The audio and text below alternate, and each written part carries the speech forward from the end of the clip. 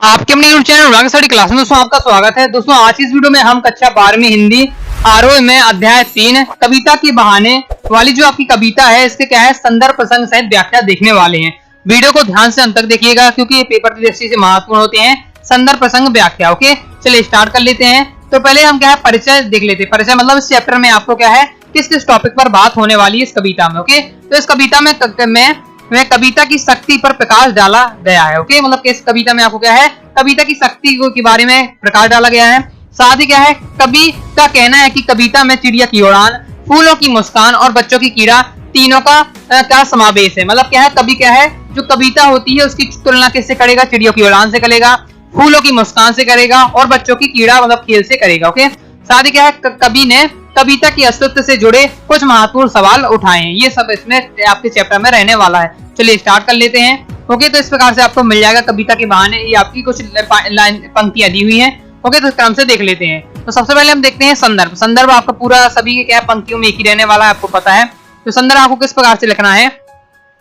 प्रस्तुत काव्यांश हमारी पाठ्य पुस्तक आरोह भाग 2 में संकलित कवि कुंवर नारायण द्वारा रचित कविता के बहाने से लिया गया है। यह कविता कुंवर नारायण जी ने कविता संग्रह इन दिनों में मूल रूप से संकलित है। ओके तो आपको यहाँ 3 लाइन तो लिखना ही लिखना है, ये आपको याद रहे तो इसे भी आपको अच्छे से लिख देना है। ओके तो इस प्रकार से आपको संदर्भ लिखना है सभी लाइनों में। अब क्रम से हम क्या है 4-4 लाइनें लेंगे और उसका क्या है प्रसंग और व्याख्या देखेंगे। संदर्भ में आपको एक बार बता दिया। ओके लास्ट में आपको क्या है विशेष भी आपको पता लिखना पड़ता है, तो लास्ट में आपको विशेष भी बता दूंगा। तो चलिए देख लेते हैं।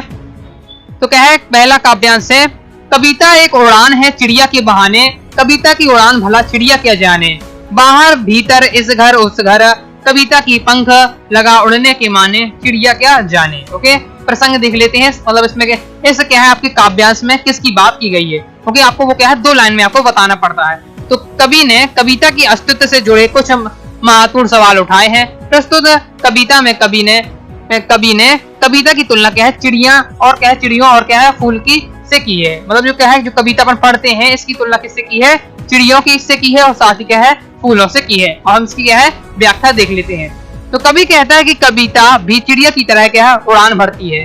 ओके जो कविता लिखी जाती है वो भी क्या है चिड़ियों की तरह उड़ान भरती है, लेकिन क्या है कविता की उड़ान चिड़ियों की उड़ान से अलग होती है क्योंकि चिड़िया की उड़ान की एक निश्चित सीमा होती है, जबकि कविता भावों की विचारों की उड़ान किसी भी सीमा यह बंधक से मुक्त होती है, वह अनंत उड़ान है। ओके मतलब इसमें क्या बताया गया है कि जो चिड़िया होती है चिड़िया एक सीमित ऊंचाई तक क्या है आसमान में जा सकती है और उड़ सकती है। ओके लेकिन जो कविता होती है उसके भावों की कल्पना क्या है अनंत होती है। इसमें ये लाइनों में बताया गया है। ओके साथ ही नेक्स्ट लाइन कहती है कि कविता न केवल घर के भीतर होने के वाली गतिविधियों को लिखी जाती है बल्कि क्या है बाहर के संसार को भी व्यक्त करती है। ओके कविता में मतलब क्या होता है अंदर की क्या है जो वातावरण होता है उसके बात बताती हैं, घर के जो बाहर का वातावरण होती है उससे कविता के माध्यम से व्यक्त किया जा सकता है। ओके जबकि यह चिड़िया क्या है केवल बाहर ही लगभग रहती है। ओके वह कभी इस घर के बारे में लिखी जाती हैं तो कभी उस घर के बारे में लिखी जाती है। कविता किस प्रकार कल्पना के पंख लगा सब जगह घूम जाती है, यह उस बेचारी चिड़िया को भी समझ में से परे है। ओके अर्थात क्या है प्रकृति की एक सीमा है किंतु कविता का कोई क्षेत्र क्या है अनंत है। ये प्रकृति की एक सीमा है मतलब चिड़िया की भी एक सीमा है। ओके लेकिन जो कविता है उसका क्षेत्र क्या है अनंत है, मतलब वो कहीं भी जा सकती है, लेकिन क्या है चिड़िया की उड़ने की क्या सीमा है। ओके अब चलिए नेक्स्ट लाइन देख लेते हैं। तो कविता एक खिलना है फूलों के बहाने। पहले जो आपका काव्यांश इसमें क्या है कविता की जो तुलना है वो चिड़ियों से की गई है। अब दूसरे आपका काव्यांश इसमें क्या है फूलों से की जाएगी कविता की तुलना। ओके तो पढ़ लेते हैं। कविता एक खिलना है फूलों के बहाने, कविता का खिलना भला फूल क्या जाने, बाहर भीतर इस घर उस घर, बिना मुरझाए महकने के माने, फूल क्या जाने। ओके तो देख लेते हैं प्रसंग में आपको क्या लिखना है। इस काव्यांश में कवि ने कविता की तुलना किससे की है, फूलों से की है। और पहले आपको काव्यांश था उसमें आपको क्या लिखना है प्रसंग, इस काव्यांश में कवि ने क्या है चिड़ियों से तुलना की है। ओके और इस वाले काव्यांश में फूलों से की है। ओके अब व्याख्या देख लेते हैं। तो कवि कहता है कि कविता का खिलना भी फूलों के खिलने के समान ही है, लेकिन कविता के खिलने और फूलों के खिलने में एक अंतर है। फूल खिलने के बाद उसमें जीवन और तत्पश्चात मुरझाकर समाप्त हो जाने की एक निश्चित अवधि होती है।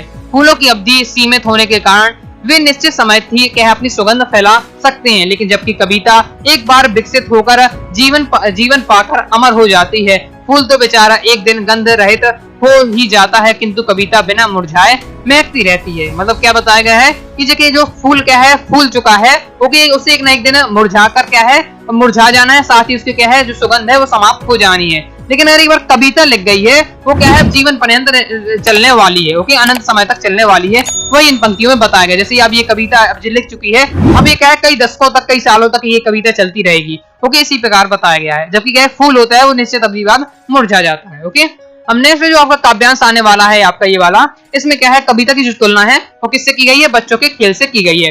पढ़ लेते हैं। कविता एक खेल है बच्चों के बहाने, बाहर भीतर उस घर इस घर सब घर एक कर देने की माने, बच्चा ही जाने, ओके। प्रसंग देख लेते हैं। तो इस काव्यांश में कवि ने कविता की तुलना किससे की है, बच्चों की क्रीड़ा मतलब बच्चों के खेल से की है, ओके। और कविता का क्या है सुंदर वर्णन किया है। व्याख्या देख लेते हैं। जिस प्रकार बच्चे मनोरंजन के लिए क्रीड़ा मतलब खेल खेलते हैं और खेलों के पीछे क्या है उनका कोई गंभीर उद्देश्य नहीं होता है, उसी प्रकार कविता रचना में भी कवि का एक क्रीड़ा और लीला है। जिस प्रकार बच्चे खेल खेलते में कभी कभी उस घर जाते हैं, कभी बाहर भागते हैं, उनके मन में अपने पराये का भेद नहीं होता है, वे खेल खेल में सभी को अपना बना लेते हैं। उन्हीं बच्चों के अनुसार कवि कर्म भी एक खेल है, बच्चों का एक खेल है, ओके, शब्दों का एक खेल है। कवि शब्दों के माध्यम से अपने मन के बाहरी संसार के, अपने परायों के सबकी भावनाओं को समान मानकर व्यक्त करता है, ओके। मतलब क्या बताया गया है कि बच्चे देखिए आपको पता होगा बच्चों को ये मतलब नहीं रहता कि कौन कौन जात का है, वो तो क्या है जहाँ खेलना है वो किसी के साथ भी, छोटे छोटे बच्चे किसी के भी साथ खेलने लगते हैं, उन्हें क्या है ये नहीं रहता कि अपना है ये पराया है, तो खेलने से मतलब रहता है। इसी बार एक कविता होती है उसे क्या है अपने पराये का भेद नहीं रहता है, वह स्वतंत्र रूप से क्या है शब्दों में लिखी जाती है। इसमें क्या है मुख्य रूप से इस बात का वर्णन किया गया है। तो आई होप आप समझ चुके होंगे। तो इस प्रकार से अपना ये वाला क्या है समाप्त हो जाता है। तीनों पैराग्राफ हैं आपके, तीनों का मैंने बेहतरीन आपको संदर्भ और प्रसंग बता दिया है और व्याख्या भी बता दी है। विशेष भी आप क्या है किस प्रकार से लिखना है तो उसे भी देख लीजिए, ओके। विशेष भी महत्वपूर्ण होता है, तो आप क्या है कोई भी इस चैप्टर से काव्यांश आता है आपको विशेष में ये लाइनें लिख देनी है, ओके। पहला पॉइंट है कविता की भाषा सरल साहित्य खड़ी बोली है, ओके। दूसरा है प्रश्न शैली का प्रयोग करने से कविता रोचक हो जाती है, ओके। तीसरा पॉइंट है कवि ने अलंकारों का काफी सुंदर प्रयोग किया है। और चौथा पॉइंट है कवि की भाषा लयात्मक, काव्यात्मक और भावानुरूप है। चारों पॉइंट को तैयार रखिएगा, ओके। आप कोई भी काव्यांश अगर पेपर में आता है तो आपको बेहतरीन संदर्भ लिख देना है, प्रसंग व्याख्या लिख देनी है और साथ ही विशेष की ये लाइनें लिख देना है। तो इस प्रकार से अपना ये चैप्टर खत्म होता है, ओके। तो आई होप दोस्तों आपको वीडियो पसंद आई होगी। वीडियो पसंद आई हो तो वीडियो को लाइक करके आपको चैनल को सब्सक्राइब करके बेल आइकन जरूर प्रेस कर लीजिएगा। कोई भी डाउट हो कमेंट बॉक्स में पूछ लीजिएगा, ओके। टेलीग्राम को ज्वाइन कर लीजिएगा, डिस्क्रिप्शन में लिंक है, ओके, जिसमें आपके नोट्स वगैरह प्राप्त कर सकते हैं। इंस्टाग्राम में फॉलो कर लीजिएगा, साथ ही प्ले स्टोर से ऐप को डाउनलोड कर लीजिएगा जिससे आप कोर्स वगैरह ज्वाइन कर सकें। और वेबसाइट में पूरा क्या है फ्री मटेरियल नोट्स आपको मिल जाएगा, तो वेबसाइट को जरूर विजिट करें, डिस्क्रिप्शन में आपको सभी की लिंक मिल जाएगी, ओके। तो मिलते हैं दोस्तों नेक्स्ट वीडियो में, तब तक के लिए बाय बाय।